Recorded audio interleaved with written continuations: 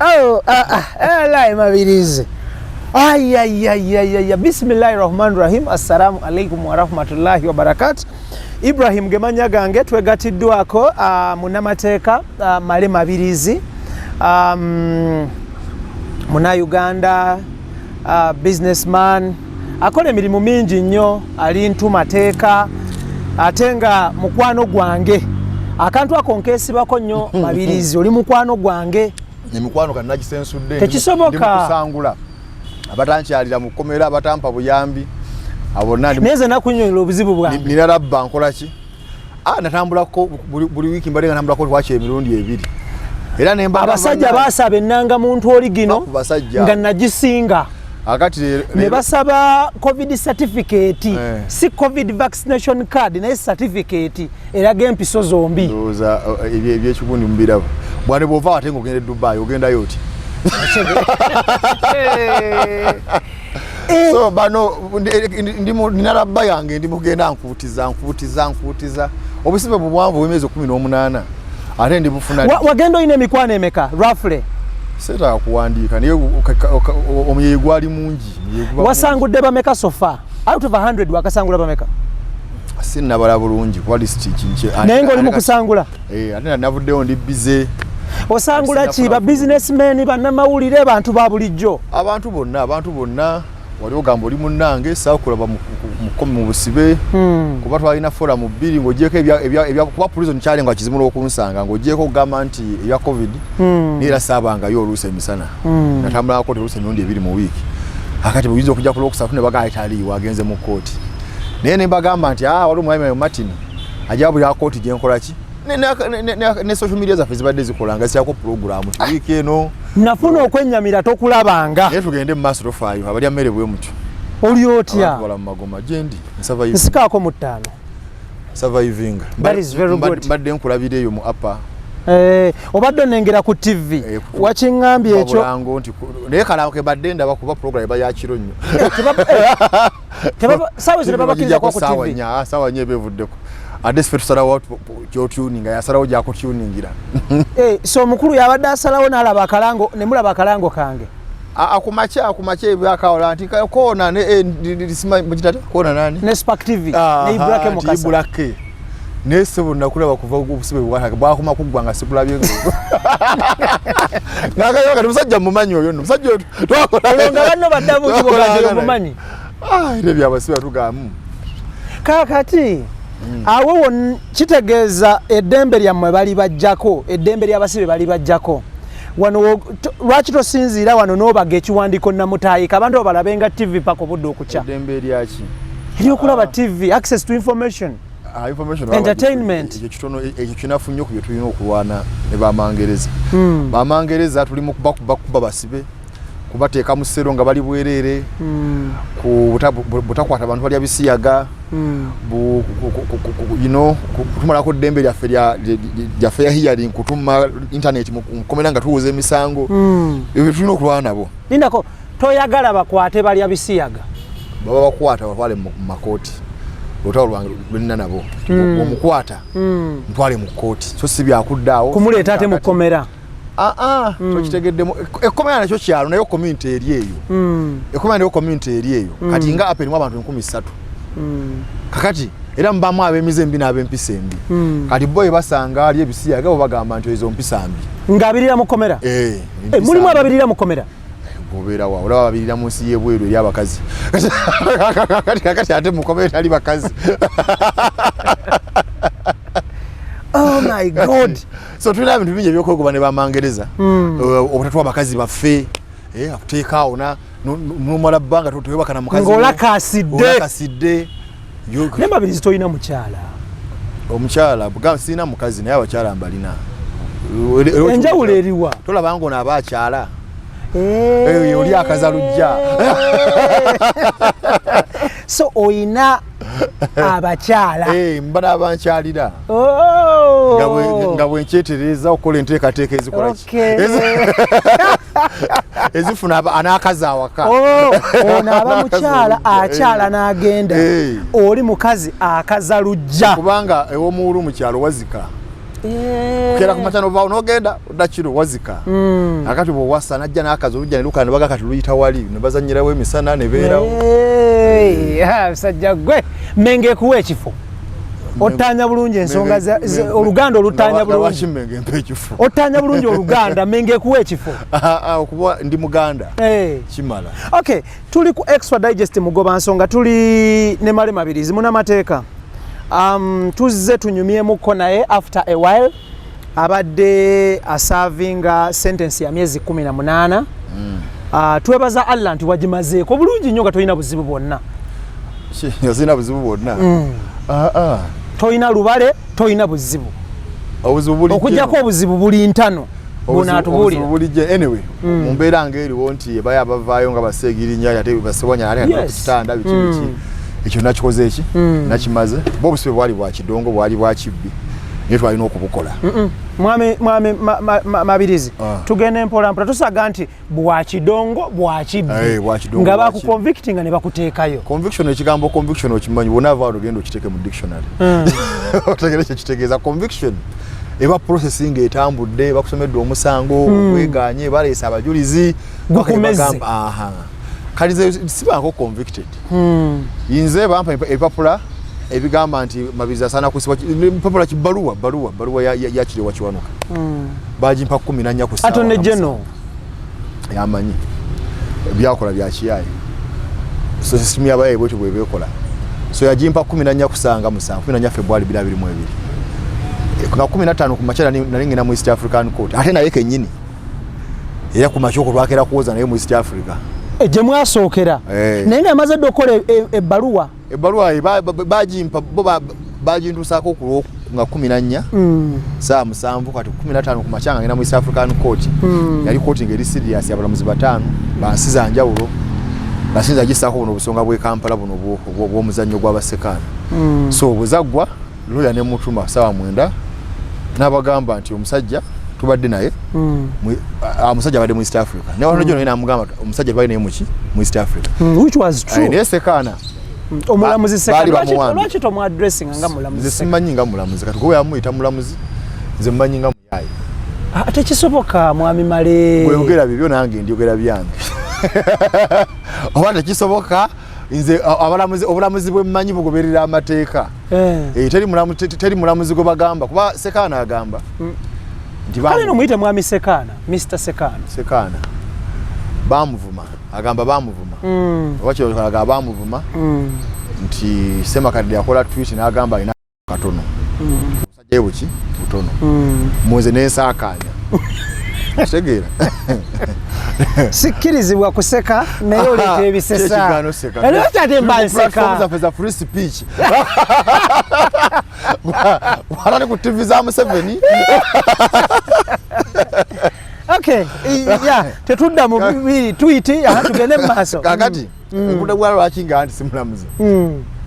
kakati bwavaawo nti muze n'ensakanya ene bye byaggwera gwe bagambe yakyogera ate teyasibwa nze yasakanya nze yakola ki nze gwe bagaya yasakanya ani lwaki wasakanya nakyo tebakinaako obujulizi kati ugamba kibboje kyagamba kati bwaba bagamba ekyo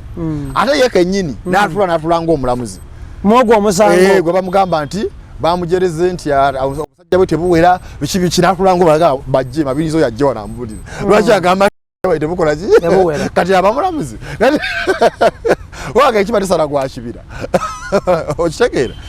ali bayinza okuba batunulamu nga mbalamuzi abalina okuwulirawo bonna bali bize nga yali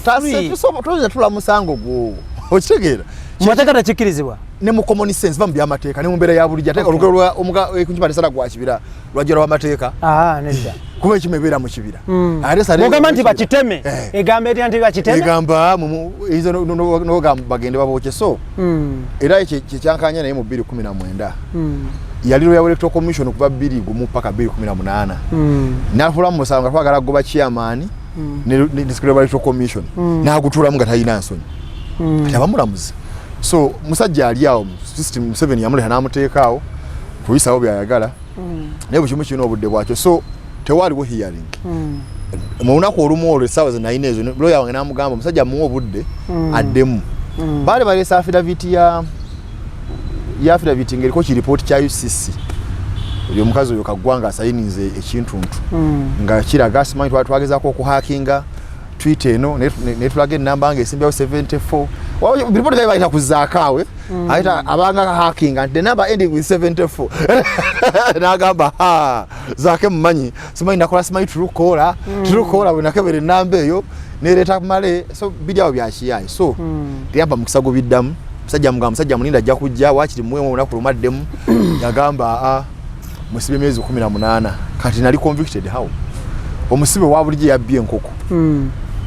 process etandika mpola newulirwa obujulizi ne buleetebwa osokera ku police ne mujja kwa statement ne koletya wale wa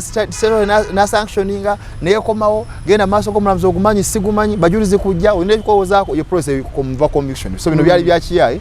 ne byalina ekigendererwa kitono nnyo si kitono kinene gye bali ekisooka kumfukamiza nti mbotye nnyo nti myezi 18 munsonyiwe bannaye ngozi syaddamu kubalwana ekirala kunzirusa mu Uganda nga kakwenza bamuddusa tiyo yakole fukofujjo nakuba nakusiba naga nja kusiba atito nsagisa nogamba abantu no wanganguka nogena mbuwanganguze bibije just bibali banoonya kunfukamiza banteka ku meza nkole nabolo okuba ntidde balime kunkwata obanziruke kati ebinembi tebuka byombi kati wendi okay mwami male tutunulire bakusiba mu buchamu yes ogenda kwemulugunya kwekyo watadeyo kwemulugunya ko kusiba bucha kwemulugunya ko okuva ku day 1 high court ne basala bakoze nsala mu mwaka ogumaze bakoze nsala nyingi ezekiyaye mu high court mu misango gyenjawulo ogwange okunta wala soka ngamba high court mwampulira musaze mu order mumpulire ne bagamba nedda tebijja kukulira nengenda mu court of appeal nibaga mugira muntu ebyapiro biyinza okuwanvuwa mugira muntu ne banga tujja kuputana naye kye tulagidde genda wetonde bakute ninga kati eno court y'ekidongo bweti nkugambye munjulira ku byali bakola ki bibasalawo kyate netonde kati of course abantu baga wetonde nibaga mu mveeko obusibe bujja kumala bugwe ne East Africa yawuli application yayo kunta juli mu November next tinaba kumpa nsala East African Court kati atoyi banteredde okay tutunulire omuganda agamba gunsinza ali wa bitono lwaki tewetonda nga kujja okusinga ngo ogumanyi okusinga otomedde vaneziyika because wano nekirala fayiro obutawanvu olwaki wetondera mulamuzi sekana fayiro okuwanvuwa ewanvuwe emyezi 18 gyomazeeyo bingi ebidobonkanye wotabadde naye nze mmaze ebbanga ddene ebweru era nga nga seeyongerako abasajja bangi extra digest kakati emyezi 18 kuva 2012 njakuwasanga sikati siwasanga extra digest mugoba nsonga Ibrahim Kasage manya gange is my good friend gwe tuli nayo lunaku olwaleero tunyumyamu tuwayamu atunyonyola olutabaalo lw'ekkomera siriyangu tukola ne Hika Water Drilling Services bakubire ku namba isimba kusimira amazzi country over world over Uganda eranga bakugamba nti jangu bakusimira amazzi ba repairing borehole bakole plumbing services abayisa ba Hika Water Drilling Services atenga bo banywanyi baffe abadushimez UK store ku Arena Mall ensambia balese ebyakabi ebyabasajja ngoye masuti weekend wear casual wears masawa misipi perfume wallet sibyonna ngatto soksi byonna ebyakabi ebyabasajja babayise ba Dushimez UK store ku Arena Mall ensambia Eurost Coffee Academy Fish Round Deira Dubai batendeka ba baristas ku mitendera egy'enjawulo bekwate buli kimu kitambule bulungi so okwetondera ow'ekitibwa omulamuzi Sekana wagamba kogendo savinge kamwetondera ki si bwemba n'olusuku lwange ne bazibaka amatoke ngane lulibo ne kwata babba machi amatoke gange lubo jukira ndi omu lusuku lwange ne jambia yange oba n'omugogo wange ne sawa musajja akola ki asalimba ngalo kutuche maitemi ayadde ku mugongo ne kubendulu bannaye una akola ki atwale toke lyange kumba mubbi yaziyetegesa ina banne banji ate banne bakungana kale bakungana ate ne bandeka ku miguwa olekana biki wetonde tukuleke kati kumanisa saka ndi wetonde bana balamuzi banzibidde bbanga ne banzibane ono ye Sekana nzibye kuva ba 2010 ganziba ne maana embazingiza kati bonna banyweza bwendi nti olwokuba banyi uno Museveni jangu tuyambe because kuba kati byatuka paka wo mukulembeze Sekana nga 27 January story yatandika bweti nawabire MTN nawabira Capital Markets Authority nti amenya mateko okuize mtendo tunda emigabo nga bagaye MTN company teriyo n'emigabo gye tunda gya kibye gambe tunda emigabo ne center actually tuzikunganya kuziwa yate ezikoleki ezitwale katenga emigabo empya byali badde nti sente za yasolooza ate sewe emigabo empya zigenda kusegera wano improving network ne employment opportunities mu Uganda then the company teriyo company tufe eriko bracket eri mu RSB yawe bracket bagikola ki bagijjako twaliwo omulamuzi Philip Odoki natubuza nfuna amawulire te Odoki yoyo nti yafunye bamu compromise nze nago obujulizi bwaffe bonna ne yegira biki ati Odoki agera tuko okusala abana jeyo naayita application naga nti Mabirizi holding mu contempt yavumye Philip Odoki ku Twitter ne ku Facebook ne bayita biprint nti yamuvumye yagambye ne Philip Odoki twamuwabira mateeka mu Service Commission twamuwabira ntugaa kati ono ali corrupt ali incompetent yafunye enguzi okuva mu Luchesere nga proof yo were yenguzi kati Service Commission ekole hearing proof omuntu alayira bulayizi nagamba nze Ibrahim Mukasa ndayira bujulizi bwengero kwa mazima naki nabwenkanye sabo yituka ndiregana ndayira nempo bujulizi bwange okay yeah kati proof jonjagaza kati bole banyiga kati balire bagamba ntwavumye Philip Odoki ku social media ne bateka ya application kati anakwagala werekera kubanja application negende wa Sekana Philip Odoki yagano juya kuba ye yagamba bagamba bavumanze kati sinza kuulya musawo gwange nganze go bakola ki so yena akola mu butufu kino kolebwa anaguza nadde emabbali Sekana nagwewa omulamuzi Sekana gomanyi nze mmanyi ne Sekana mmanyi nga nanafuka mulamuzi Sekana afuse mulamuzi wano jojuzi nganze mazino okuwoza mbale namusanga walenda kawanga asimbye emmere ya training nga mazo okuwoza embale angizo okuwoza omusawo gwe kati waliwo olugero lw'ekiganiro lugamba nti fa ku kyendi kati byoliko bikadde tuva ku kyali kati mu profession tubala gye wava wano mbadde gamba dde nkujukiza gye wasookera mukaria ate sina lugero oluyimba ate bituufu kakati Sekana nze mumanyi nga Sekana eyaliro yagwe nabenga naye mu nkubuna nga akuba embeekuulo ni Museveni yakola ejirimi kyawo ne tugende mbaye tuwoza nakola itabalamuza ab'ekibugwe bugwabo abo ne babo bayingirira namujukira ndagera oli nga asimbi emmere nakawa so ne kusimba emmere omuntu inaso kusimba emmere kyenga mulamuzi mupya nnyo yagenda okujja fenga twakola dda amateeka gali agawaggulu agabalamuzi omusanvu balamuzi bataanu kati yagenda okujja fuuka omulamuzi omu fenga twawozaawoza dda naye kati bebaluma kati akola naga naye kano kayita kano kana kato simanyi sina advocate yagenda kwedo DC agamba tati ategeera amateeka ategeera talina mulala agategeera nze ngakola ki nze ngategeera kati ekyo nawe wakimanyi nti otegeera amateeka because nagasoma nga practicinga nga baddemu ngagize kati bibaluma ebyo wakulaba nga ogenze embali nobuga ogenze mu East Africa naye baluma naye wakufundiza nga akola ki so mbadde gamba wekujja bagirira application y'okuvuma Odoki agende wa Sekana mugamba waiva musawo gwange tulinako naawe empalana kubanga ne bwe tusamba okuba netwebuuza yanziramu nange obasi kubuuza ndeke oteyiteeka lingamba kukubuuza ebyo mwali mwe yatulira bigambo mu baluwa atabigambo baluwa nagamba nti tewali takali mwala kubuuza naye mutuufu tewali takali gamba buuza mu nangamba nali mugaye nti gwe oyagala kuntwala Luzira wangamba lumu nti I may end up in Luzira nangamba so okutwala Luzira obwe kitalya yone komere ina baliro kasa nabiri mu buwandike wali baluwa wesi kakati oyo afuna fairo yake mukabisa jagwe pana nyingi va musawo gwanga agana ngadete kam reply ne bagamba tewali ujulizi bulaga nti na Twitter ne Facebook wajubiso wa Sudia nateka mu reply nenzira mu bali bawabi nenga no badamu ne bagamba tewali bujulizi bulaga nti na Twitter handle yo wa Facebook we muno genda beyond ekyo ne muleta report okuva mu Facebook wo musawo kwasera nyazo kukirambika bulungi ku high court wote basazamu conviction ye tutuproba vino saka gundi okuliya akafanya tuyo anvuma ati nze ndi public figure fana jwa ibuli wantu wonna Sekana yabiwuliriza ne submission yanzikiza ziteekayo nalimbu zaina kunganya na kwa ruling n'agamba fine yabo kadde ebyo bisatu nti ate muwadde strong warning taddanga mukola ki okwogera ku mulamuzi yenna mu Uganda kati obuzibu buvaawo bw'amala okukola ebyo amawulire gawandiise kati ezo tweet zino kati zagamba tweet za alleging anti zajja weziva nti enkera waalwo eyo tweet singa omuntu y'omu 20 nti yagamba nti alina akasolo katono ate nga tiyava wange wejjira then nera yo tweet wagira bakogwe yogerwako mumbuza biki ebyo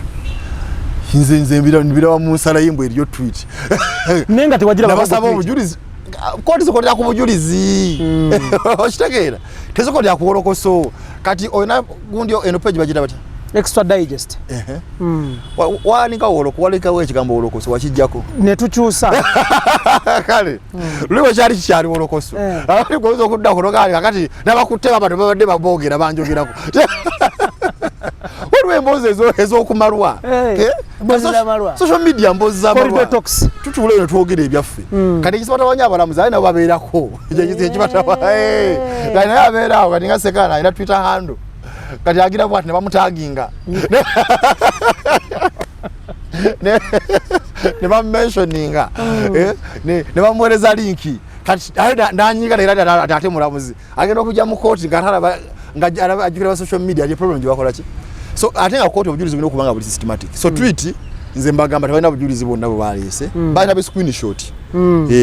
Boka screenshot nze muyinza kuba bujulizi mugende mu Twitter mugende mu Facebook ojja bakola ki naye bakimanyi Twitter ne Facebook tebayinza kuba information lwaki Uganda baji blacklistinga erinnya eddembe ly'obuntu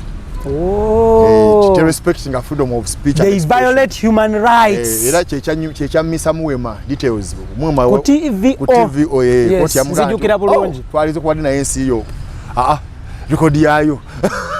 ekyo nekigenderawo kakati era musera nyanzi babuza omupolisi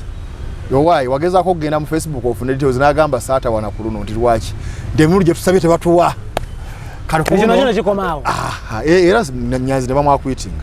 so tebasobola bifuna kati batandise kubikola buyayi so tweet yamanyi oba gye tebali bujulizi buganda naye kati bwejjira tweet eyo bwejja ebigambo ne bibaira bingi abantu bagisharinga nnyo bakola biki bagitweetinga mu luzungu bagamba it went viral ali kusekana gundi zaleeta screenshot zaleeta kuliko egamba kubo yagamba nti omusajja odisi judge ayinza obba ina akasolo katono oba obwongo butono then omulana agamba oyigwagamba nti yalinze nti kati kanonye bakonchu bayini basekana atubatubuulire omusajja yenkana atya omulana agamba bamuta Simon Kampala nti nagudde kukonchu bayini omu angambye omusajja talina wakamye kati bozibozi biri awo byamalwa bagazi ya fairo akati fairo bubaveeyo ne bawandiika ebbaluwa ne bayisa ekiwandiiko tutadde wa simu yali akulira abalamuzi babayita Uganda Youth Association balina ekibiina kyabwe n'agamba avumirira Semakadde ne Mabirizi ne mudamu ne mugalo olina bujulizi ate tuwampulidde awo ne bagamba eyo yali content nzira muntu omulamuzi kati mu wiiki eyo waliwo judges conference yali ku Mestil Hotel ne bayisa ekiteeso ku Lwokuna ffenna nga abalamuzi tusazeewo we shall not tolerate any cyber bullying especially by Mabirizi ne Semakadde wakati bagenda bawera association eyisizza ekiwandiiko bonna ba judges bayisizza resolution olukiiko lwabwe tebajja kukkiriza kulengezebwa mu ababiri n'okutyoboolwa ku internet ku mukutu enkeera Museveni n'akyala ku High Court President Museveni oba naye omuyito otyonzegayo Museveni n'akyala ku High Court kati naye nze munsobera ate bonna abamawulire mbala bamukityako nnyo essira mpozi bagamba mbu anyiga nnyo mutamwira president kiza teyeekakasa kubanze bwe mba ndi musajja ne botampita mwami male nerinnya naye kirabika it is within your DNA obutateekako title z'abantu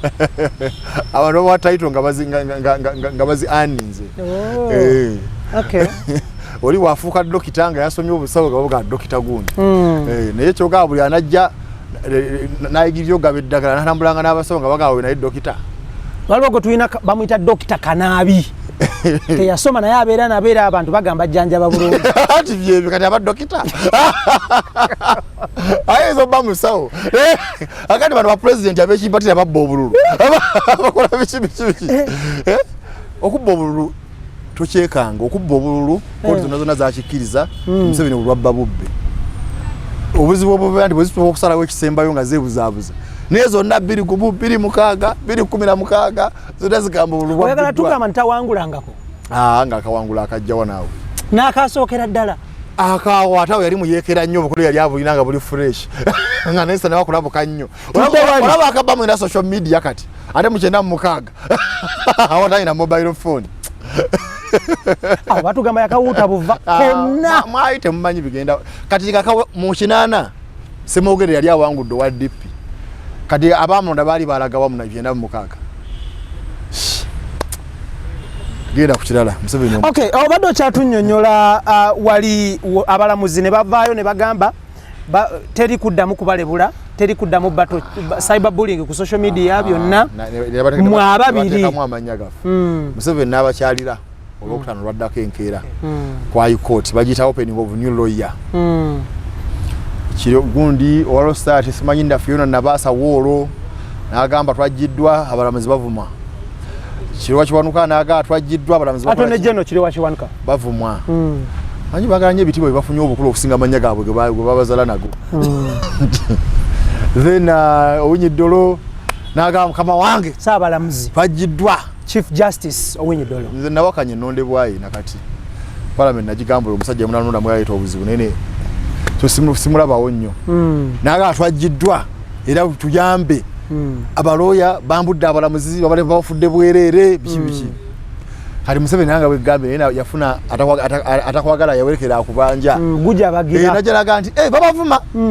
loya afuma omulamuzi nange mpuliranga abanvuma mubakole komutekate gali akabateeza abavuma so bagenda oveeyo nga bafuna n'abasindikayo anti kati baguma abafunye kati backing ya Museveni dolo mu buli omu kati muki kati banandika syndicate waabo oyo tumusibe tatawuliddwa biki so group yali nene kati bwe bijja kati mu kusooka yali obukadde bisatu kati bagamba mbu namenya strong warning mbu wali yandabula yakulabula oyampe bisatu nandabula kati kibakola mugamba nti okulabula yakuvuddeko tuina tweet tuina biki yakoze eki obujulizi bwe buli naye musibe obutebanzikiza kubuddamu ne bakusindika ku meere bansindika ennonga wendi nawo nasindike mu kooti saaliyo lawyer yaliyo namuga omusajja ajja kujja wano ekyo ajja kuddamu nti wa agende kagobake yonna gyali mu mwezi 18 twakola mu tepo nga tuli bato nti kagobake mabirizi kagobako yonna gyoli okugana nga myezi 18 ku meere naye nga bwataliwo bamukwati bamuarresting era bamuarresting nga bamutwale mu prison kati ekyo tekibangawo ne mu mateeka tekiriyo omuntu bamuarresting wasooka n'owalazaako empaka ng'obeera ku social media okwo ng'osinziira mu bitundu ebyenjawulo n'okasuka kubanga ddembe lyange manyi tulina duty ffe nga basi ninawe nakulabira ng'oli mu bitooke buzibu ka video yako nawo tuli miti n'owanda nange nenkakwata nenkakuteerayo nokanteerayo bano okateerayo abo abagoberera mbakateereddeyo gwe ssebo oba tokateereddeyo nze naye wakalabakalango naye omusajja bamuleke tebamukwatako bakujjawa banzija Kyambogo of course nalina okwekweka olwo akusiba ebintu by'ekidongodongo lwaki weewaayo eddembe lyali bate liva wa Katonda kati oli bwaba yagala okuli kujjako alina okusiitaana osobola omuvuna naye kati bwomala okwewaayo ate okola nti akusoma mu bukyamu nga weetanga omusiru n'omuganzi uno nzize oyite banga amunnoonya ate oga nti yankwata mu bukyamu alina okukukwata then bwakukwata abantu ku social media ne wano public domain betemamu empawa abamu nga bagamba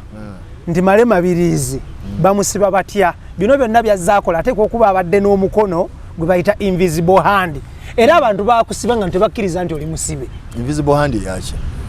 because ebintu biwajjanga ng'okola owabidde no challenge kino challenge kyaba ne bagamba nti oyo ateekwa okuba ayina order from above kolo le baamanya nti teriiwo nakyemalira bwakola ateekawo fear n'abateeka mu mbeera ekola ki eti ate waliwo omulamuzi w'eggana yagamba nti akanyonyo benjiibwa n'ebinyonyi bino ebya bulijjo ogiteeka mu keegi bagitata mu Luganda akatimba muli bweti neekulira omwo neeriira omwo otuuka ogiteekawo nti buuka nga tekisobola kubuuka kate nga normally kintu kirina okubuuka obeera ogitadde ogagibuuka neesigala obusigazaawo ng'ekyalina mentality ya keegi kati be bannayuganda ninakyemalira Museveni ti abanyize n'abanyiga kati naye bagamba nemuyinadde bagala tuveeko gamba anyize baligwe tolimu kati ffe yandiva abeewuunya ffe kati ffe binyonyi ebibuuka kati kino unaalagawa fuluma keegi n'obuuka tataalye mwezi bulandi musayi mukulu bwatuleetera kakati ffe yefe tubuuka kakati bano babasinga bali awo mukakeegi nowabira gundi watekobawo isimanyi invisible hand wowabira gundi bakyokuwaba right ya muntu naye olwokuba badde mbona kyemalira ebbanga eddene nga bakubayanya batya n'okubuuka bonna bali awo kwolwo abantu lwe baamanya nti tolina invisible hand era wejjerezebwa abamu but ffe tukolera abantu ffe tukola kitulowooza nomala embagamba ekigaa nti time efuuka best teller kati gweoyogera byonna byoba oyogera naye obudde butuuka naawe newizuula nti byogera bibadde bya kyamboga eno bakusanga okola ki nali nkola byange nalinga munnayuganda ndi waddemba okujja nentula wentudde nekola ebyange so bakusanga kyambogo ne bakuyoola tebanjoola nga bwokyogera ne banjoola by intercepting internet source yange and of course ekyo nakibawawaabira because mu regulation of interception of telecommunications act oku-interceptinga communication y'omuntu olina okuba ne court order ya high court nagibasaba tebagimpanga naye ndowooza tujja kwesotinga mu court so by intercepting internet source yange of course abamu baali banga blacking out obule biki but it wouldn't make sense so by intercepting internet source yange ndowooza ne bane bakozesa GPRS n'ebiki ebyo byabye because police weetaaga essimu bweti eyaki nja kukubulira nga tuvudde ku mpewo ebyo byonna byagira kyegenda nekyemalira embeera z'abateekamu eno ogyetaaga nnyo kati bw'oba toli criminal kati erina internet tegirina naye njagala internet nalina okuba online andi weetaaga eno okola ki nja kukubulira nga tuvudde mu kamera andi nabyo ebyo simanyi weekweke neekweka ki mu ggwanga eryange nga ndi free so by intercepting internet connections bakutuukako bakosa police bajiwa backup ya CMI n'ebiringa ebyo byali byetaagisa ebyo byonna mabirizi oli w'amaanyi bw'otyo baali beetaaga of course technology ow'ekibbi oyo oyo ayingirira egundi yaki privacy y'abantu police gwetalina eya bulijjo kuba police ya bulijjo ekolera ku call data eprintinga byali so balina okuteekamu bali abalina technology asukkawo ng'ajja n'essimu naye nga ne machine ng'era so bakufatira ku mirongooti sina mirongooti emirongooti bikadde area GPRS ekulaga area wennyini kwe bakufunira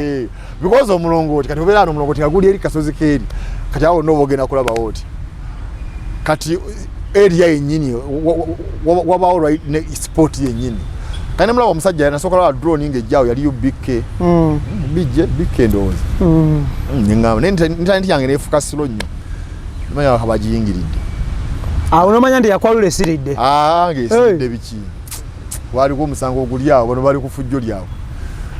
ne babeera awo nendaba naponoka akalala neekola ebyange nze bwe nabimala nentambula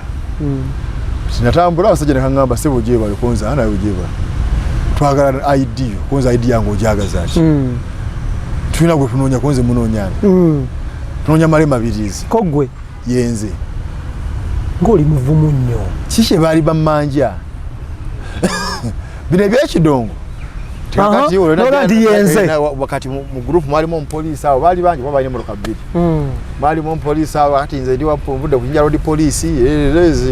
tulina kukwata konze muntwala wa Jinja Road nti emmotoka eriwa tulamukaho awo ne drone ndoza yakulembera ne tujja ku Jinja Road nalwawo kuba baali balowooza n'omuprosidi eya bulijjo nti omuntu bamukwata agenda muki mu kooti era banditendingako mu Jinja Road seero nga bagamba nti tumukuumiddewo paka ekyala n'agenda muki mu kooti noze nabo bagamba nedda si wa kooti ekikyo kyaggwadda nga taliiwo straight kitalya ne bamobulayizinga awo baleese eddabo kabini enjeru awo tudde wakati ono naeno waliwo yali mayinja ACP natula mu maaso naye bagenda bateeka abasirikale babiri olwo nga mulimu emundu mmeka munda mwalimu bbiri mu ddabo kabini eyo mundu kibasitoola oba 47 AK47 oba SMG 47 naye mundu omwo bombi abananya bombi ayine nene mulaga ayine tono ne komanda nga ayine iyo nene bagaliyo babiri era abe mundu ennene nene ne shaite kinaggwa nayongera ko patrol biri nga aba patrol bonna bayine mundu nga wojimanyi bala mukage mabega so wonna ekiononyo zali mundu nga 10 zali nga 2 mundu za 5 25 guns kakati bala patrol esoka ajikomandinga abane mundu pistol bano basatu neno basatu ogwo mukaga kati mukate ezo musanvu kakati ogata ko musanvu mala 14 akati 14 gattako ebirezini mabega 16 gattako ebirezini munda 18 19 ne ya command 19 19 guns escorting a civilian anyawo simanyi baguda bako tugende kitana tukosando zanga 3 ezekiro ekitalya kwa zabiri mu February awali waise wiki emunga nga tuli mkwego bana banyumya no senso yo wekitumbavu so batu bankwata so vote ekitalya okuderuzira nava ekitalya mu Apple ekisoka kitalya era lwaki mukusoka nani njagala okuva ekitalya nibannemesanga olugendo luwanvu nabanga ne kooti nyingi nzo tawo kujje Kampala emirundi 3 mu wiki lusi 2 kale kitalya wala tuko okoye ate lusi enchogira ne osinagana agamba mbu ye wala ndijaine liko kitalya kakati bamala abantu transferring mbye kubawe nali mugambo vao nali njala nteke ku Maxon Bay prison oba Kampala remand kuba bagabo Luzira yes ne anti Luzira tekiri jeno Luzira eri amakomera ana ne mu mulozo bwe eri komera limwe ddene andi mwenna muyingirira mu gate yemu ne eri amakomera no soka Kampala remand gali amala ne gadderi ne gwe omanye wa mutase eri nakwero wa haji mutasa kafere nakwero manyiyo mulimu amakame kamu kikomera ki so ge okyo kuba nti gate eri emu ne kitegeza nti waliwo ne haji mulite kati mukasa bali bayafa endatete ne ibafu ine kikomera kimuno yali namwe amakanga 2 so osaba bakuze ku either Kampala remand oba Maxon Bay because upper ye inabizibu bya capital offenders so oluvanyuma nyo tambula ekitalya ebintu byajje ne bibaawo ekisooka waliwo ebaluwa gye nawandikira cabinet nga gigambe gobesekana ku bulamuzi cabinet ya Uganda ng'ogisaba egoba omulamuzi oba mu constitution abantu babiri abatandika process new service commission oba cabinet babiri ya kyetolera kwabo nabagamba service commission kuba babiri abiri yebase najja bagamba de mugobe yagana paka kati atusana kunsiba bya kiyaye ngana mwabire myaka 2 mabega tako tebakola yongera kuzza misango tebeta ya yo si misango mu mateeka ki oliwadde mbogamu mulamuzi ago bwera abalamuzi bago wasobanura sibwa era gojonga yako mugo osanga ali enguzo we tutamukwale tutamusibe asinayo wadde sinafunayo tumukwala dayina funayo era tumugalira kakati ebaluwa eyo nefoka viral yatambulira ku Twitter handle boje bagambe yange boje bateeko nefuka viral nebanyiza nyo badrona abala bonna ne bagamba ndoza kuza musajja muleme mukuma akati ebaluwa ebekyali awo nezija mu high court nenfuna order osi yali awambye waka wange jaji gagamba nagidde bakwe wakawo wakayogerwako ngayogera ku ki nzina nija ku nalizija kuoza bujingo waliwo gundi na mu high court ngampakanya okuwa bujingo beyiro n'okwama omusawo gwange Entebbe kati gwali guze for hearing kati nali maze okola submission zange gwe gwendi mwe mujulizi wali webulankanya ngo nimambo ogenda kusoma kakati ojja kujja saabwe n'atuuka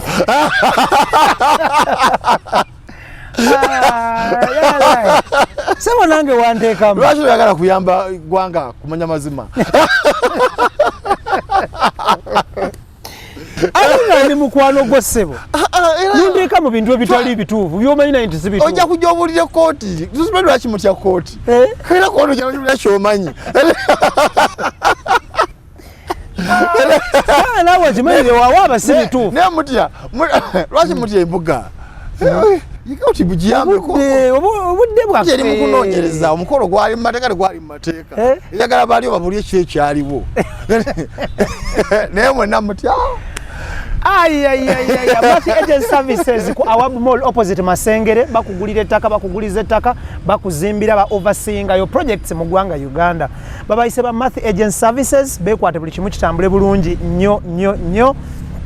Atenga bo banywanyi baffe aba Hika Water Drilling Services basima mazzi aina washing bay aina maka aina somero dualiro aba Hika Water Drilling Services bajja kusimira amazzi buli kimu kitambule bulungi nnyo.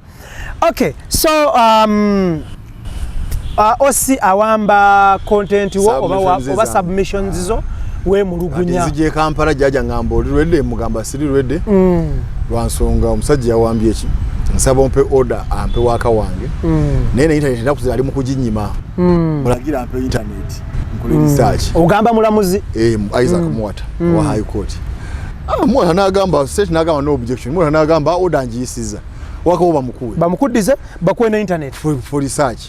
ali kulaba mabuli bali mu court taone kujja bagira akati agera mu ekitaliya aberenga ku Twitter abera ku Twitter abera ku Facebook yeah kati osira jana tali ko kugwe ebitalida isibanyi olayo ko ine simu ne mugagu wakoze search simu wagira biwa biki dede nembuza naye are you in charge of this prison tell me in charge de mugamba boina beokolera ina order kokola ki kotambulira kakati pressure ya musuka kondoza bano bagamba omusajja atamba ku internet apo sitting biki abakola malicious transfer kwa bampa order wakuna ku Monday nalinze mu court sadda yo kitalya bacho jita malicious transfer tiyaina nsonga ate ne ekirala bante kamukomere sina kubeeramu mu system eyo apa prison ngaga yali amakomera asa prison ya capital offenders yep bali ba mada bani okulisibo obungi kumisange ejitwe janna gomola yange 18 high profile cases oyina kunsibira komera ngali ekasangati Kampala demand ne Maxon bete sana ekalo na oyinzo okuntekawo so obadde mukomera kimwami mali maximum security prison upper akati babanzije kyaje banteka nengamba usiwayo wano mundese wa chama ko ye nako damochi nanga oli ko transfer ye tupa bakulese wano so imbira nitandika mu upper so wachamu lwansongo bose batebina kubereyo era teri musibe gogera sanga nga bagamba ntono wa content nti aludawa apa eri jamiro mukuru eri bakoyero eri buli omu eri akalabba kati nantekawo of course yali persecution then ebizibu ne bijja mu apa ne byeyongera ekizibu kyasinga kuba kyamanyi mu apa kyali kyakulya emmere nti ekitalya yayo system ya ingeri ya ka hotel osobola ogenda n'olya n'ogula n'olya mujjaawo ne muteekawo ne musimba n'abawo emmere ne mulya akati mu apa yagamba nti olinafuna mufumbi ono akufumbya n'akuleetera ki emmere kati mugamba zimere ate bamu transport nze yange nogiraba weeva tya wano ffe kisibye omutumukkiriza mufumbiro kati nzimpisikiza nfune wenteka esigiri yange nefumbire yagaana agamba alina afumbe beyesiga abo tetuyomba nnyo naye ne mugana naye gwe omusajja gwe buli wamu wasobobawo abayiwa obutwali intelligence bwetyo bwekola intelligence biki ne mugana tomanyi intelligence nangasha simanyi intelligence nze yatendeka na SFC nayo PDF ne SMI ne basinga no basinga nenga akatono ono wa police nyono lwaki ogamba si wa prison ate wa prison ahendeka na SFC na UPDF ne SMI kanezi sisi maso bininje manyi yachi so ne mugamba ziro obonganya okufumba simple nja kulyanga biscuit wange na amazi era bwe nkoze mu apple kuva apple naliyo paka olinde biscuit o n'amazzi okuva lwobadde mu upper prison Luzira yes kwinga sibo gataka ebirala osobola ofuna yo amata ofuna yo emiyembe ofuna yo emichungwa because nali sinza kuyimira ku risk ya eyo jukira yasoka yankola ka isolation ayina bwa isolation wingi bwo bateka mu eyo ngatatu tubere mu bantu ayateka yo mu etro kati etro era bawaleta polisi bakita mabirize mereo yino gunde mereo yino kati ngatoiza ku riskinga mu kubasajja benwanyi wana abanji mbola jemba akuwe mere mbokolechi ojirie so assurance ngebere muti biscuit oli sure ali sirudi amaziga ali sirudi ebya ugatiro biscuit namazi byavangawa nabigulanga waliwo manyinaze ya letanga yakolanga okusomba biscuit box kamuga bugamiti kakati yaweddewo naita box then amazi nzija coating angagula tutunulire ekintu kya torture. There is a rumor that inmates are tortured in there. Is it true? Si rumor ago mazima agaliyo era agaliko n'abajuliza abangi agaliko n'abalimadde ekitalya baba abantu bangi abasibe bangi batambuza miggo wa farm Maxon be bangi bali mudwayo batambuza miggo lwa torture mu upper torture byo bagikola kyere ne human treatment nti omuntu olugamba twaziza akasango kabagajja mu essati nabagamba that is inhuman because embuzi yetayambala nente kati omuntu akikufula omuntu akubanti okolaki oyambala engoye anyomya omukulembeze nti jamu essati okuba emiggo giri ku reception simanyi balina waya kebo zaabwe tujja kola ki nga bakubamu emigga ne bateeka omuntu mu ssero ng'ali bwerere naked ekyo Prisons Act ekigaana nene bwo bagamba mbu ajja kwetuka ne kale lwaki muluza tetegeera ng'ali bwerere ne babeza omuntu mu ssero ali kumpi ku bigere ne kuki ne ku magulu so nabagamba you cannot in prison abasajja balina amaka abasajja bakulu baliko bakuba emiggo notandika okubateeka mu ssero ngo bajjemu engoye ngo simanyi bafuuse kizibu ne mbakuba n'abamu ne bajwa n'okufa so ebyo gyebiri but mugafu okulaba nga tubikola ki nga tubimalawo era that's why tubawawaabira ebyo tubagamba okubawawaabira direct bonga abantu because si institution yebere ekikoze institution bannayuganda bawa institution etteeka so lwaki bannayuganda taxpayers basula sente eri ba victims ba torture ne human treatment ng'ate bo bakuwa etteeka ntuddanga mukola ki okukikola gwenogera maaso ng'okikola ki kati katunde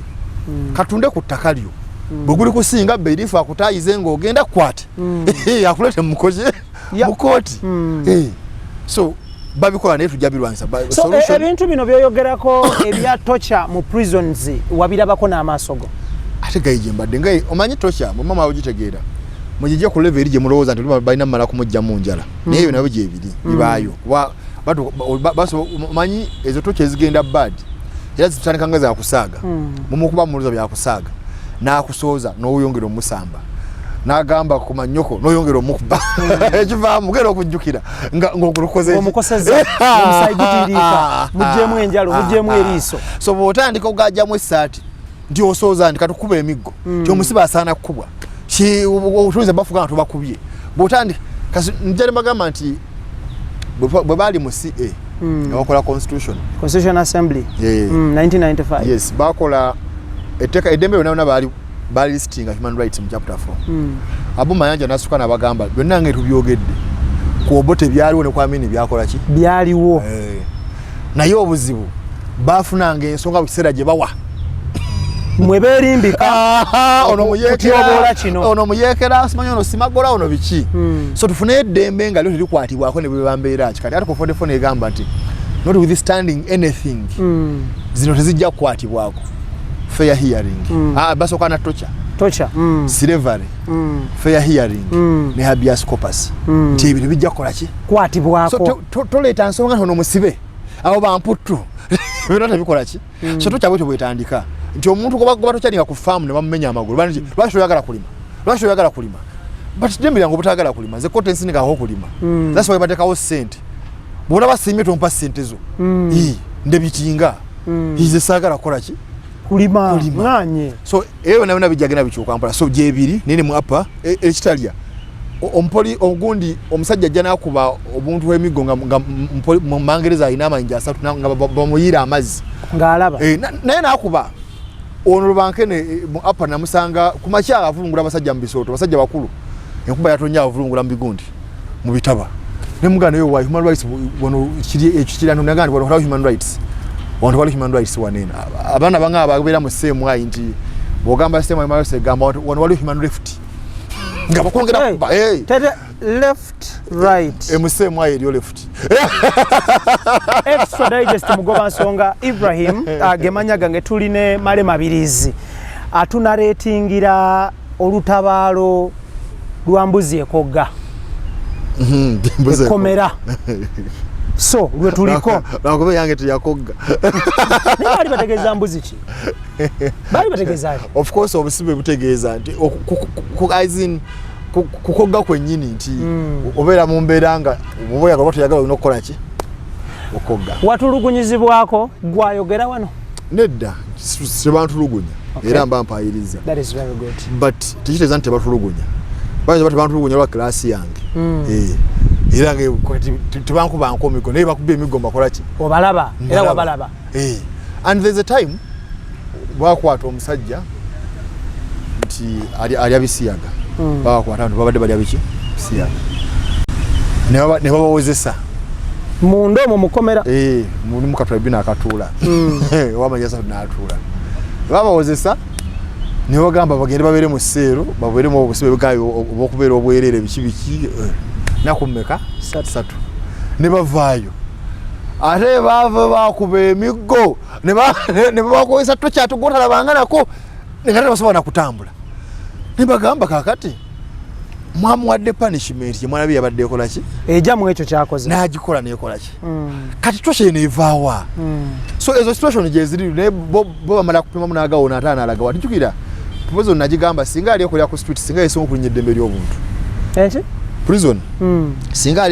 ali ekolya ku street nga police singa prison yesinga kulinye dembe ly'obuntu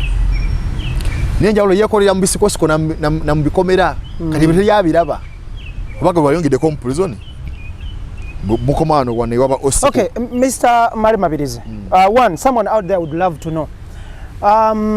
Violation of human rights outside prisons and inside prisons eriwe singa. Inside prison. Wansonga ba prison justified. Ba prison officer baina arrogance bakuba nti tewali abalaba. Those are restricted places.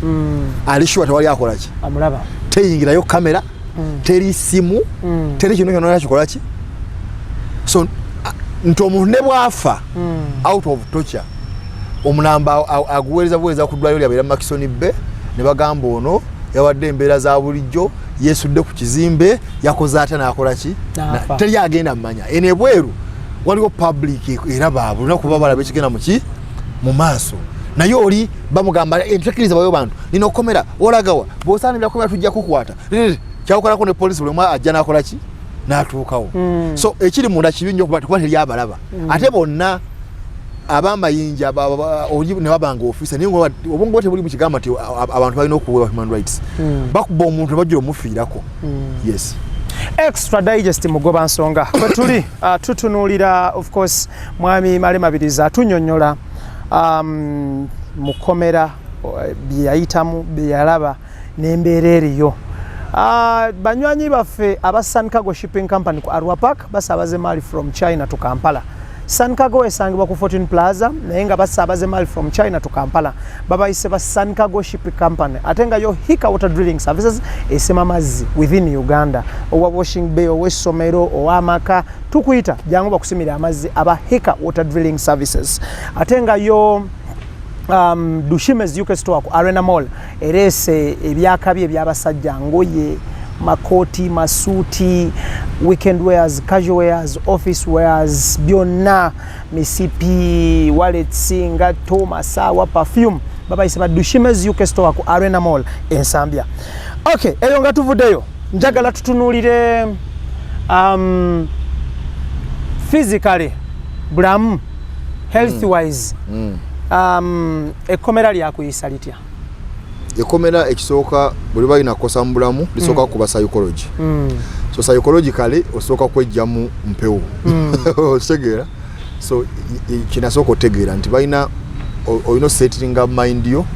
n'ogimanyiza embeera muokola ki mwoli kati nenge endala yoko kuba psychological ebyo olidde kyokoze eki because kali oba mu public life nebo banga walidde ekintu nga tokisubira kiyinza okutawanya okumala omwezi mulamba nga bwoli ekikumo ga baba bankubye obutwa okitegeera so psychological era tubagaba basibe bunaku nti gweso lekera okutya obusibe so kana ogumira obusibe kali omala ogumira obusibe then obo settings mind nomanya this is my new village ngenda kubeerawo for some time nenja malanveewo so ngenda kukola nti okubeera nga nsetolinga wo wano kolerewe byange byenkola ki byenjagala yendubaga nti oli wakasukira embazi nga kasukidde kuteme yes bobo sina chance gibake yasenkuze za kulemerayo bisiki ofumbe olye kati agendo gadi embazi jina kikasuka yaraga watasanga oli mukufunga ogikutte ngogikola ki so psychological kisoka so nasoka ne mind yange nengi setting anti bana bayaye bagala ko imprisonment eno okugamba take away who I am kugamba okunzija ka identity yange bandi humanizing abantu batwale conscience yange so nemanya nti the solution is kola busibe bwabwe meanwhile nga nkola za serving okomewo ninga bwesa applications zange I knew wana Uganda ajja kuba kizibu nini musafuka najo buzibu irwawo kote tula buli unaku tula every after miezi 3 ate misango michi mingi kati ne setting mu mind then ne system at least erete ebyokulya then ne bana Uganda basonda fundraising atwade bajikwale mukomera nga tuweleza sente because bobanga ogenda bukola bubere expensive to earning nga nayo atawina okuspendinga ofulumya ofulumya ate ngo oli confined ayo toyinza kulya mmere yaabwe eyo ne baba ne bade banganye nti ino jango gishime edije baga bagita bloka bakasoli enanga bwali bakatamu nebikongoliro olusi ati buli ajira wanegende kusala obulago paka wojimanyira ndoza ngaise weeks 2 so psychological ne setting nga malo ko setting ne manya katishe no kulya kike sina kulya now that mazofuna mu problem yo kulya kati mmere ngenda kukisotinga antya then nemenga shuwa family yange ne kola nnyo ne ba assistant bangu kulabanga waba osede supply ya biscuit ya mazi ya sometimes soda to get some energy moving then never young and successful sigenze ko mudwa yoli abweti nzuno na so te walwalirayo that is very good because narwana nnyo kulabanga ne immunity nji maintaininga si menvu biki michungwa miyembe so that you balance so finally because ekimu kubisingo lwaza psychological tocheye kulwaza ero musibo busibenga buchamu matava mu dwaliro ne ekimu mata kiba actually tava era banatu bagamba yakajja soko koleki ogumira obusibe babo tabugumira tojava muki mukomera mudwaliro kusera oba mulwadde mudwaliro sorry ya kusera boti wadi mulwadde ntibwati mulwadde kati ababu kisingo baluma luli nali njogera ko ne segri ne muga kyasingo batawanya psychological item setting that's why item gwa mulwadde tekyasinkinga mu bwongo mwali mu manyere era no yogera ne gaganti obusibe ne muga mwali tedo obusibe obu je mu kutakitiza za nachemalira chegera bocha ntakitiza nachemalira because nabaga ne baba kuwayiriza atugeza kuwayiriza batemba abantu ebiki ebijambia then you should stand tall jamu koti ngoli mugumunyo mugenja musinga omuseke no museke antifala olaba Yesu bakunza atasowana kutansiri kigeza kati alemereddwa kati boche nnyo bukuluma ayito gwambulwadde kati obusibo basibo obusinga te obulwadde bwabasibo obusinga te buba bulwadde bwa ddala kati bakwasa psychology ata atula n'ebirala okay tutunulire in terms of businesses zo ze waleke ebweru eno wazisanzo otya wakosebwa sente muwendo ki business nizi naleka weru I think my business has got a major problem but I had a public life ekisoka mu 2016 yakabaka nayo teyagenda nnyo teyali hard nnyo kati business serious problem yajja mu age limit tojikwatako 102B changed everything it was expensive then it took partners it took for example association of Malinda nali general secretary wabo neyo lwavemba ali babonna ne baneko bani ne bagamba batuga ife tukuteka mu sente oteko vano ne bagakana ngo kivuddemu sakiva mu bango byashiya inaka tuli mu court nabo wabawabira because banziba you see twagenda ku Africa ne tulonda executive naze genochi secretary kati problem yaliwo nengende imbale nempabira age limit kati kavuya chairman yali chairman wa Kavuya kati obuzibu yafuna ngate mukonomi wa Museveni General Secretary abasa nga muto wa mwakanizi waliwo banja ona bakole ne regime kakati wengene mbaye nempoza kati bano bagamba omusajja oyo momuteka muse no office akozesa ya mu pick up yakikolede ku office ya manerenda kati balinga bano bagati omusajja super festival tumuwachi bakudisowninga aha twangoyo no mugoba ne biberawo nabala banji bakolagana babajja wati yabadde mbale government jatuchawa tu time yoteka mbitu bine banchi ebanyingi kati ninaye ku interview kati kati woman leading bakube simu obala no naja approving adi tulanga 5 minutes lwacha bintu bino tobita no concentrating ku bintu bikuletere sente because ebintu bino bitwala butwazi sente because life is not all about money obulambu bugetinga beyond money ate calling service serving the country kiri beyond money ewa muine esabo tetulina ninda bawameze envi kiraka muwanga akubanja ebyeza sizabukadde sikaddiye muwanga yakulambye nti jaja muwanga wekwese naye omusajja omukulu nkumanyi but point jabali yakokolera nti kumasaba agabeereyo mwe muyine sabe wamwe kumbuka ya fete omusajja w'ekika ky'ekkobe omukulu mu kika ky'ekkobe minister omulamba imbuga ya fete gali akawume ine sabo ne buzimwa ku butaka eri esabo but naye laffe kali tulikole example jeriri bona agiti jeriri ku kusiga bona ne point jenkola nti time abakongozi tebaba na sete baba bagagga ne balevula ne basheyi bayima yeah because kasita mugamba agenda anonye sente nga kino kifa onyanukudde bulungi so wetukutera okugenda nti mabirizi anonye sente ebisango sange byekimpatiira n'enfuga eyekimpatiira ebe eyitawo baba bagenze because nokuva mu you see pakana kugana nawe nakubuza background yange ne kugamba nadduka mu mateeka irena we fourth year baganzi nze ndi wa business sijja sigera kwera muki mateeka agamu but somewhere yani money nkomawo okitege takomyawo aha system kugamba mbeyani money ekola ki so ojja kwesanga bobiga era nechanga rogenda ku LDC nga toyinza gatika wa advocate na money lending na business kala yukuwaize bojja public life nefuka ngeri serious kizibu gama business ogenda gikola ki kujidukanya efficiently impozi ebejja kubasaida ate bwebasaida ere batejja kola ki kati ate mulimu kati obusibe bubo badde bwa mwaka mulamba flat myezi 18 obumazi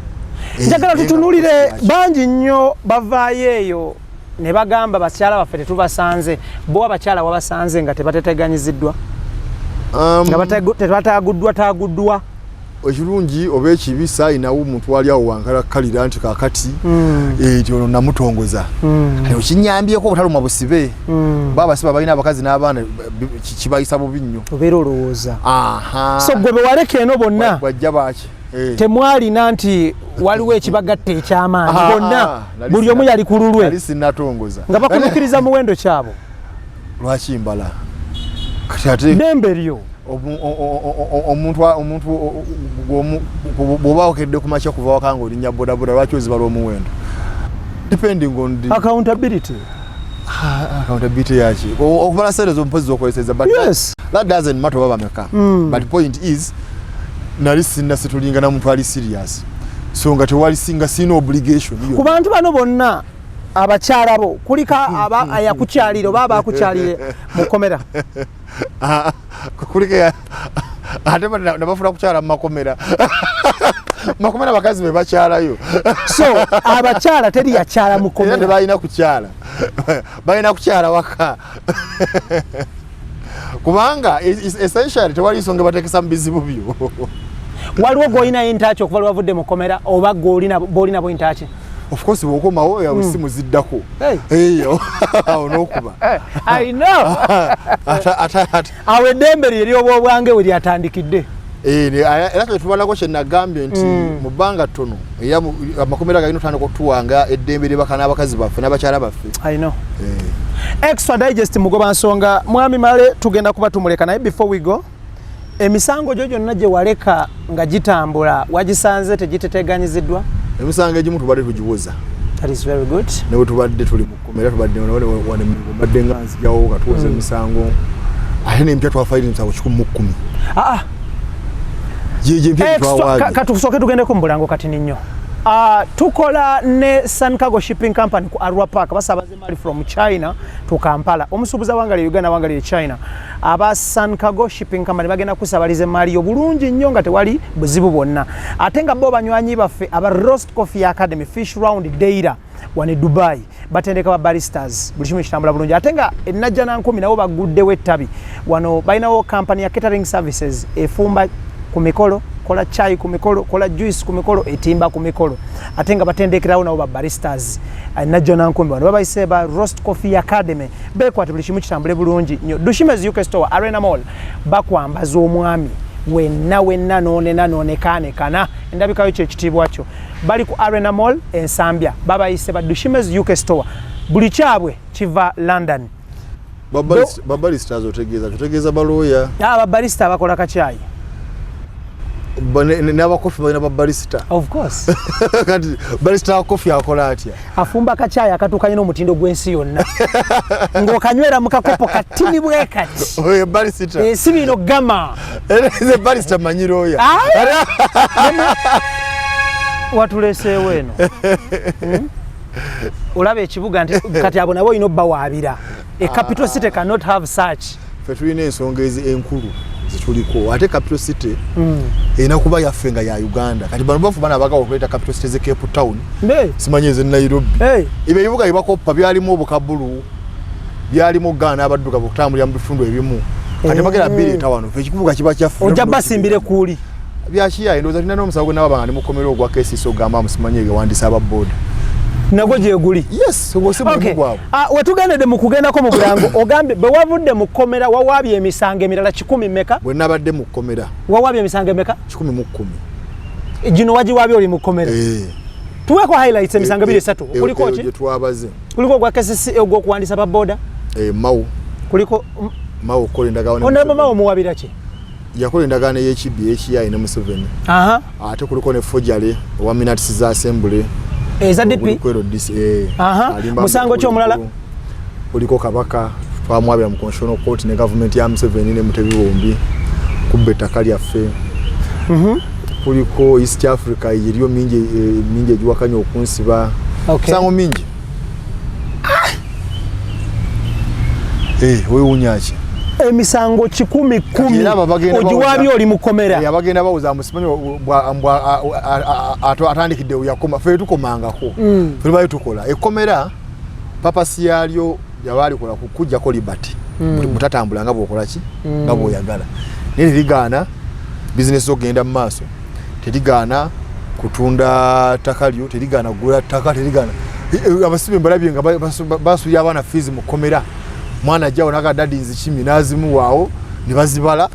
umwana agera ngamwe mukomera na asoma yes no zasaho kajubi na musanga mu office ya deputy osi nikawala ke katoka jubi kawala ke naka wa fees nekagenda akati babansi bo mwana wange alime kusoma wama Brian White chova yasinziranga eruzira natuwereza Christmas ne Eid ne nakwe nkulu kati okitegedde yamenya record Brian White abasigale eno ate yabalisanga ekubanga lekijjaawo okuba terina kujjaawo system kutambula simu zino sigalanga ziko waliwo amawulira awo mukyala we yali agenda kuzaala Brian White n'agamba birungi sasudde IHK so komera bwirikola okay semisango 10 ojiwabye oli mukomera wow wovuddeyo ino mulala gwoyongeddeko ng'ovuddeyo abwovuddeyo oguli fresh ogucha boiling oguli fresh gwe wakawaba bwevuddeyo ngezo vayo olode twine emisango gy'okuwoza byokufulengako bingi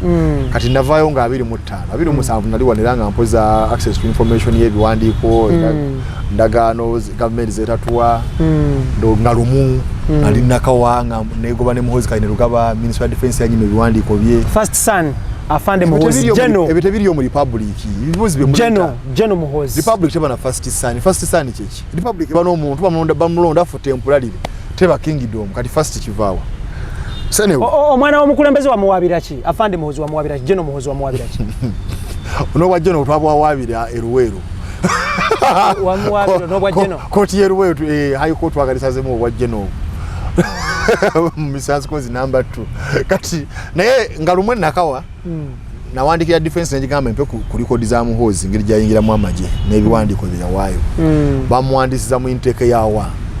wa Museveni yagamba yali wa LDU ate tugenda omumala yali wa LDU bagamba kati simanyi mbw ate kati mujasi w'amaanyi kati minister wa defense n'angamba oyo yani Rosette Byengoma nti ebiwandiiko byakyamanyi ebyo tebikola ki naye kati ebiwandiiko by'amagye male bireke si by'amagye manyi sagala mbuzebuze bantu sagala biwandiiko by'amagye nja biwandiiko bya Muhoozi Kayini Lugaba fayiro ye y'amagye oyo mujaso ogwo ate n'ensonga nziwadde nti omujaso ono ntebeza yingira mu ngeri yalo kujjukujju mumpe ebisiwa oyagala fayiro emwogerako ng'ow'amagye yasomerawo ngabonaga nti oyagala fayiro ya Ibrahim Mukasa ku Spark TV application yaleeta mpapula ki promotion ziri zitya kati ngalumu March twali eyo otusewa ne kesi y'okufuna fayiro eyo tuddayo nga mmeka batu wasatu mulumu mulamuzi teyaliyo waziwa omulamuzi asooka nti alina buyinza tuddayo nga 3 mulumu ono March yo issue y'okulaba driving permit y'omukulembeze w'eggwanga yatuukawa etambula naye omusawo gubaddewo wano guwedde gutya omulamuzi agambye muyasomye section 26 Access to Information Act ng'alaba permit eyinza obbaamu ebyama bya Museveni naye mwami male tugende mpolampola pozingawo njagala otunule mu kamera eno ng'otya Allah nekoze omusajja musiraamu ng'otya Allah yatonda eggulu n'ensi gwalaga ndi musiraamu wabuvaamu nakyo kyogere mu kamera wabuvaamu mwami Kasimu wasalirako nange wa